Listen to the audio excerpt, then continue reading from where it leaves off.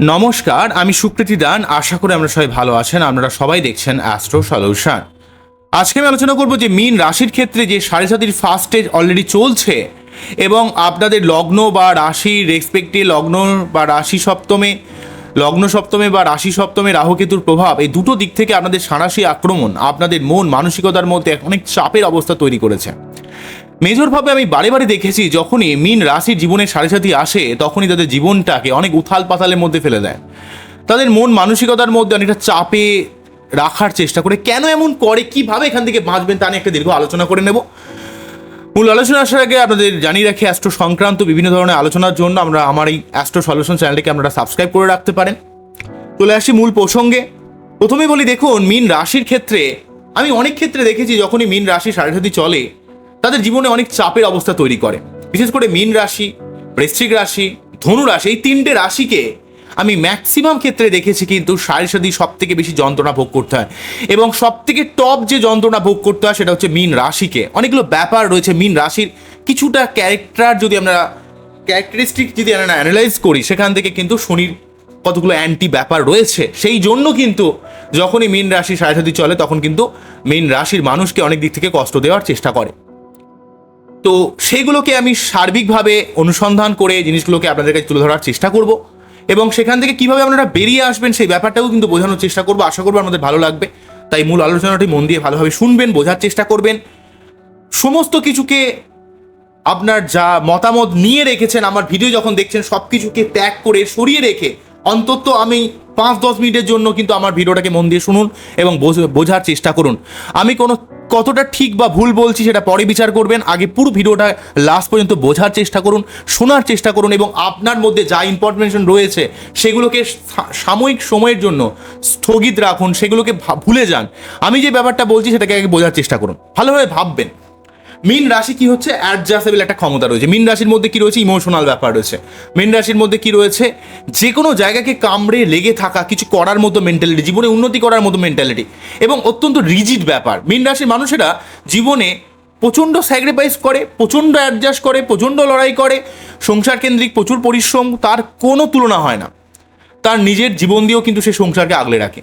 কিন্তু কথা হলো মীন রাশির মানুষেরা অত্যন্ত লড়তে কষ্ট করতে করতে কোথাও যেন রিজিড ব্যাপার চলে আসে। আপনারা কিন্তু মন থেকে প্রচুর ভালো, কিন্তু আপনাদের কিছু কিছু ক্ষেত্রে একটা ব্যারিয়ার বা বাধা, মেন কারণ হচ্ছে আপনারা একটা চেনা গণ্ডির মধ্যে থাকতে পছন্দ করেন। সেই গণ্ডির বাইরে গেলেই কিন্তু আপনারা অত্যন্ত একটা অধৈর্য ফিল করেন। মিথুন রাশির ক্ষেত্রে ঠিক অপোজিট অনেকটা। তো মিথুন রাশির মানুষেরা কিন্তু সমাজকে বেশি ভালোবাসে। মীন রাশির মানুষেরা কিন্তু তার নিজের পরিচিত গণ্ডির মধ্যে থাকতে ভালোবাসে। তো যখনই গণ্ডির বাইরে বেরিয়ে যাবেন তখনই কিন্তু মীন রাশির অনেক সমস্যা কিন্তু ক্রিয়েট করে যায়। তো এবং আপনারা অনেক আগ বাড়িয়ে মানুষের এমন হেল্প করেন যে নিজের কথা ভুলে যান। এতটা ইমোশনাল, এতটা সেন্টিমেন্টাল, বাস্তবের আলোকে জিনিসগুলোকে না বুঝে ম্যাক্সিমাম সিদ্ধান্ত আপনারা কিন্তু ইমোশনালভাবে নেন এবং অনেকটা রিজিড ব্যাপার, একটা যেটা একবার মাথায় ঢুকে যাবে সেখান থেকে চট করে বেরিয়ে আসতে পারেন না, এই ধরনের একটা ব্যাপার থাকে। তাই যখন সময়ে মীন রাশির সাড়ে সাথী পাস করে তখন কিন্তু শনি কি করে, শনির তো কিছু এসে যায় না আপনি কতটা ইমোশনাল হলেন না ভালো হলেন। শনি দেখবে আপনি কতটা বাস্তববাদী রয়েছেন, কতটা স্ট্রং মেন্টালিটি রয়েছেন, কতটা নিজের কাজের ব্যাপারে আপনি দায়িত্বশীল রয়েছেন এবং কতটা আপনি আপনার রিয়েলিস্টিকভাবে জিনিসটাকে ভাবছেন, কতটা নিজের জায়গা এবং কারো ক্ষতি না করে, অবশ্যই ক্ষতি করলে হবে না, আবার ইমোশনাল হয়ে নিজের ক্ষতি করে দিলেও হবে না, একদম ব্যালেন্স করে আপনি কতটা প্ল্যানিং করছেন, আপনি আপনার নিজের কাজের ব্যাপারে কতটা দায়িত্বশীল রয়েছেন, সেই ব্যাপারটা কিন্তু শনি আপনাকে চুলচিরা বিচার বিশ্লেষণ করে আপনাকে ফল দেবে। কিন্তু যখনই সাড়ে সাথী আসে তখনই কি হয়, আপনাকে মেন্টালিটির দিক থেকে একটা সাপোকের অবস্থা, একটা চাপের অবস্থা ক্রিয়েট করে। আপনি মানসিকভাবে খুব অস্থির হয়ে পড়েন। আপনি ভাবেন যে কখন এই সময়টা এখান থেকে পালিয়ে যাব, কখন এই সময়টা আমার জীবনে শেষ হবে।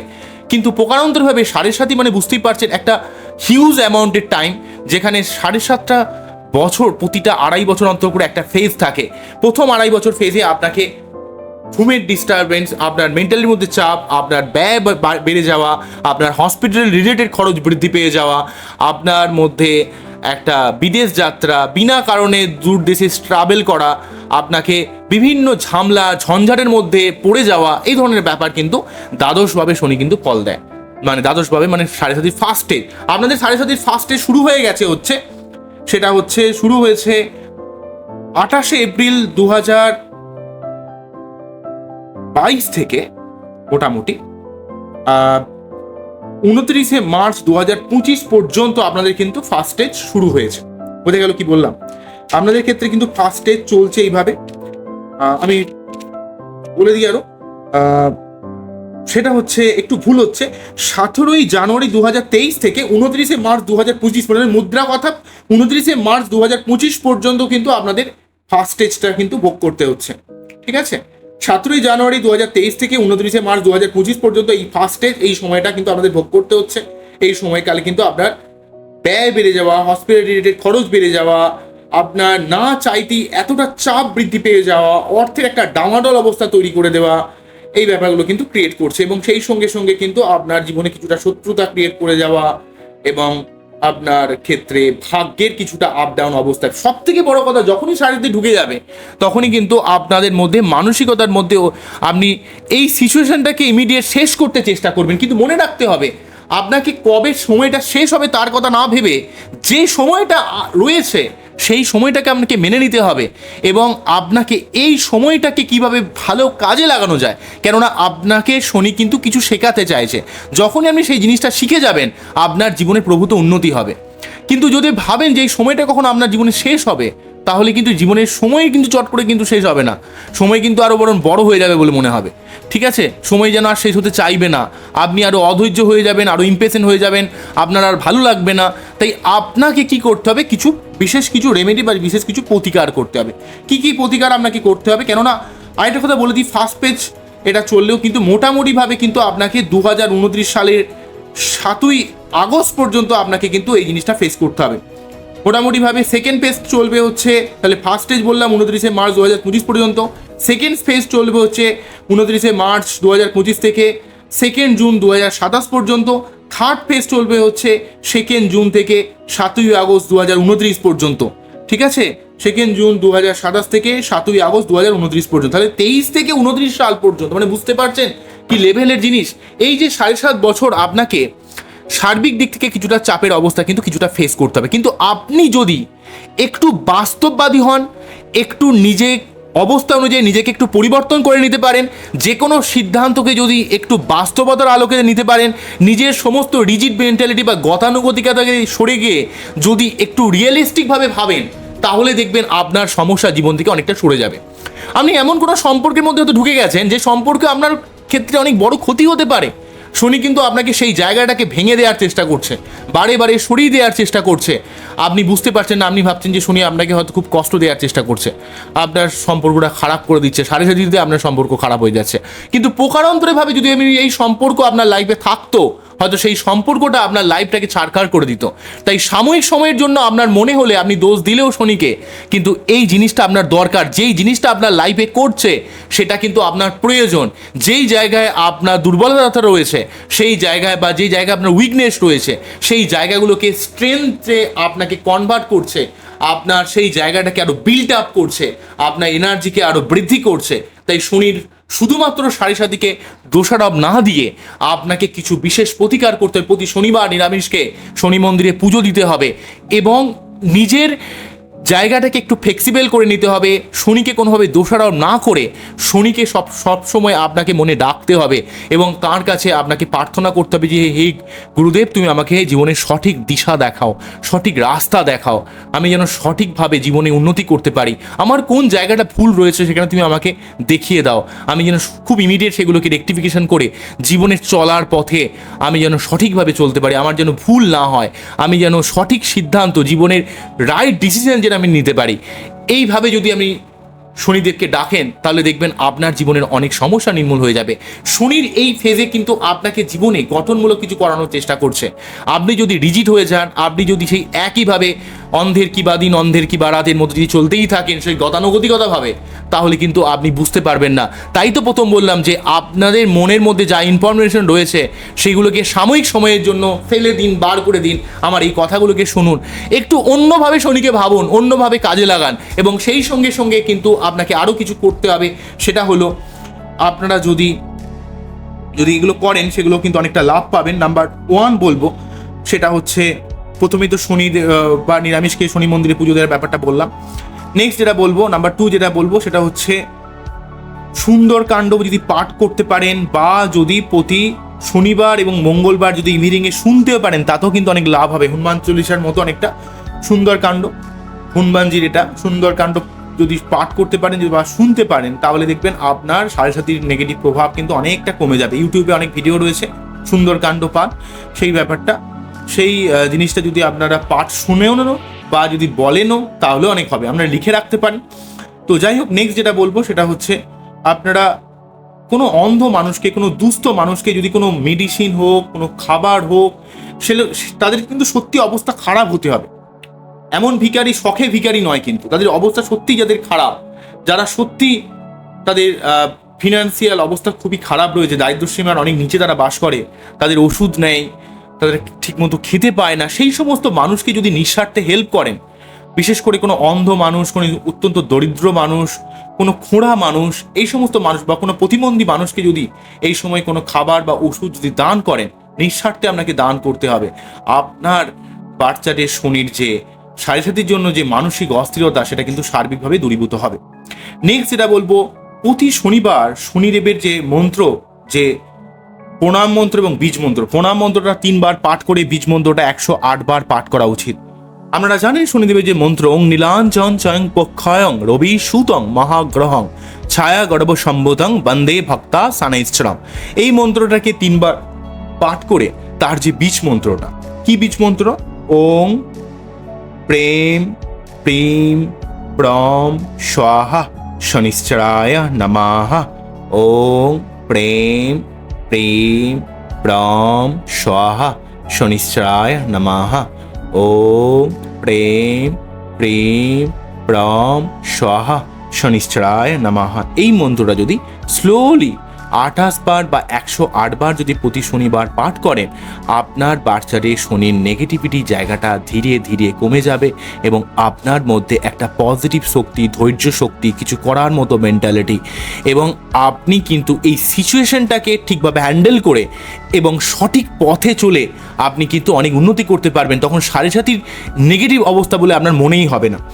নেক্সট যেটা বলবো সেটা হলো, আপনারা যদি প্রতিদিন 3 বার বা 28 বার বা 108 বার করে যে শিবের যে মহামৃত্যুঞ্জয় মন্ত্র, এটা যদি পাঠ করতে পারেন অনেক উপকার হবে। সেই মন্ত্রটা হলো, আমরা জানেন, ওং ত্রাম্বকং যজামহে সুগন্ধিং পুষ্টিবর্ধনং উর্বারকমেব বন্ধনং মৃত্যু মুক্ষ মামৃত্যাৎ, ওং ত্রাম্বকং যজামহে সুগন্ধিং পুষ্টিবর্ধনং উর্বারকমেব বন্ধনং মৃত্যু মুক্ষ মামৃত্যাৎ, ওং ত্রাম্বকং যজামহে সুগন্ধিং পুষ্টিবর্ধনং উর্বারকমেব বন্ধনং মৃত্যু মোক্ষ মামৃত্যাৎ, এই মন্ত্রটা পাঠ করতে পারেন, অনেক উপকার পাবেন। প্রতিদিন কোনো পাখিকে বা গরুকে যদি কিছু খাবার খাওয়ান, বা যে কোনো পশু পাখি, কুকুরকেও হতে পারে, কালো কুকুর হোক বা যে কোনো কুকুর হোক, আপনারা যদি কিছু খাবার খেতে দেন বা তাদেরকে একটু সেবা করেন, তাহলে দেখবেন অনেক উপকার পাবেন।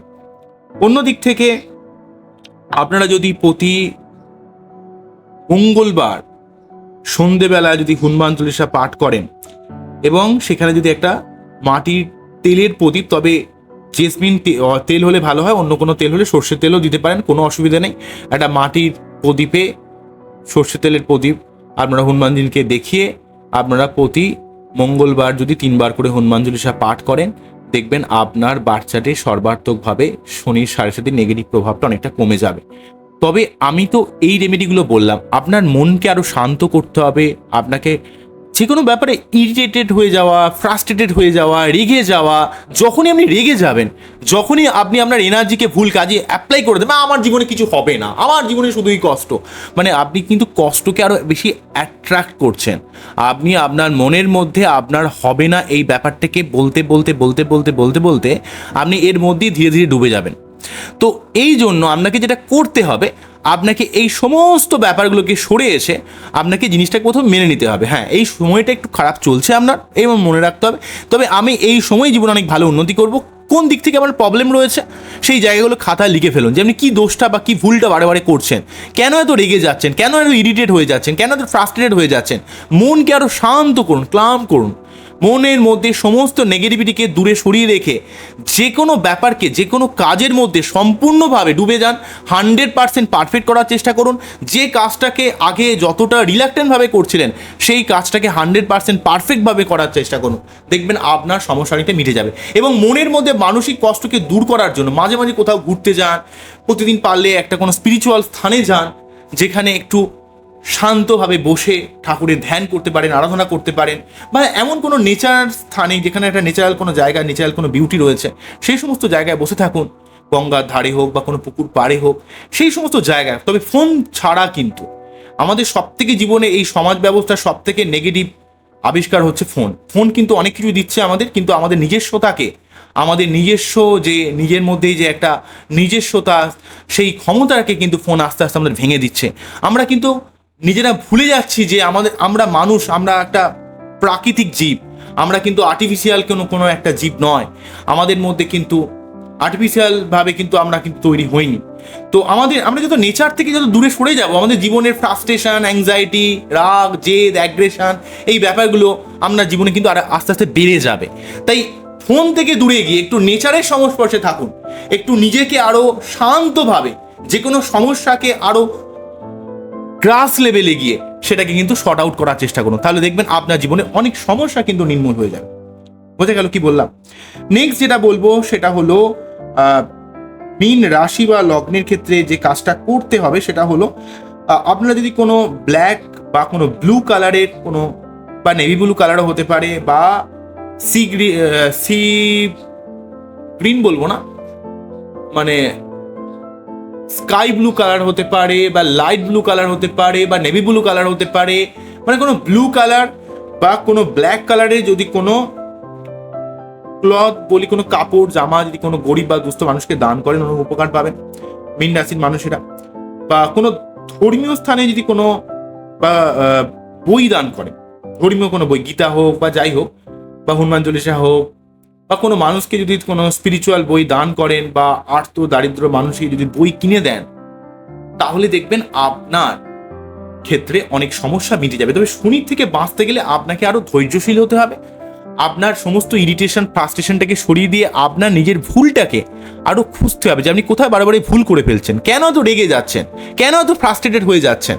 আর যেটা হচ্ছে ভালোর জন্য হচ্ছে, এত ভাববেন না। বেশি ভাবলেই কিন্তু আপনাদের মধ্যে অত্যন্ত বেশি ওভার থিঙ্কিং ব্যাপার থাকে। আপনারা মাঝে মাঝে অত্যন্ত কল্পনা দুনিয়ায় বিচরণ করেন, সেই জন্য বাস্তবতার আলোটা খুব একটা দেখতে পারেন না বা চিনতে পারেন না। তাই আপনাদের মধ্যে খুব বড় ধাক্কা লাগে যখন সাড়ে সাতির ফেজটা চলে। তাই আপনারা যদি একটু শনিকে ভালোবাসেন, যদি এই সময়টাকে একটু হালকা থাকেন, যে কোনো কাজটাকে ধৈর্য সহকারে হালকাভাবে করার চেষ্টা করেন, তাহলে দেখবেন আপনার সাড়ে সাতির নেগেটিভ প্রভাবটা আপনার জীবন থেকে কিন্তু সর্বার্থকভাবে সরে যাবে। তাহলে মীন রাশি বা লগ্নের সাড়ে সাতি থেকে বাঁচার জন্য যে পন্থাগুলো আমি বললাম, আপনারা কাককে খাওয়াতে পারেন। ভাত রান্না হওয়ার পরেই সেই ভাতকে আগে তুলে রাখবেন, নিজের খাওয়ার আগে সেই ভাতটা আপনারা কাককে খাওয়াতে পারেন। কোনো যোগী মহাপুরুষকে বা কোনো ব্রাহ্মণ মানুষকে ভোজন করাতে পারেন বা দান করতে পারেন, সেটাও কিন্তু অনেক উপকার হবে। এই ব্যাপারগুলো যদি করেন, দেখবেন শনির নেগেটিভ প্রভাব আপনার জীবনে নেগেটিভ থেকে সর্বদা পজিটিভ হয়ে যাবে। এইভাবে আপনাকে চলতে হবে, এইভাবে আপনাকে ভাবতে হবে। কবে সাড়ে সাতি যে শেষ হবে সে তার কথা না ভেবে, কবে এই সময়টাকে আপনি কিভাবে কাজে লাগাবেন সেই তার চিন্তা করুন। যদি সঠিকভাবে চলতে পারেন, এই সময়টার মতো ভালো সময় হতে পারে না। তাই সমস্ত মীন রাশির মানুষকে আমি বলবো, সাড়ে সাতির সমস্ত যন্ত্রণার কথা ভুলে গিয়ে এই সময়টাকে জীবনে সঠিকভাবে কাজে লাগাতে চেষ্টা করুন। দেখবেন আপনার জীবনে সর্বার্থকভাবে উন্নতি হবে। আমার এই অনুষ্ঠানটিকে আপনাদের কতটা ভালো লাগলো, কতটা আমাদের মন ছুঁয়ে গেল, সেটা কিন্তু অবশ্যই আমাকে কমেন্ট সেকশনে জানাবেন। আবারও দেখা হবে নতুন কোনো ভিডিও নিয়ে। আপনারা সবাই ভালো থাকবেন, সবাইকে ভালো রাখবেন। এই যে অনুষ্ঠানটি শেষ করছি। নমস্কার, থ্যাংক ইউ।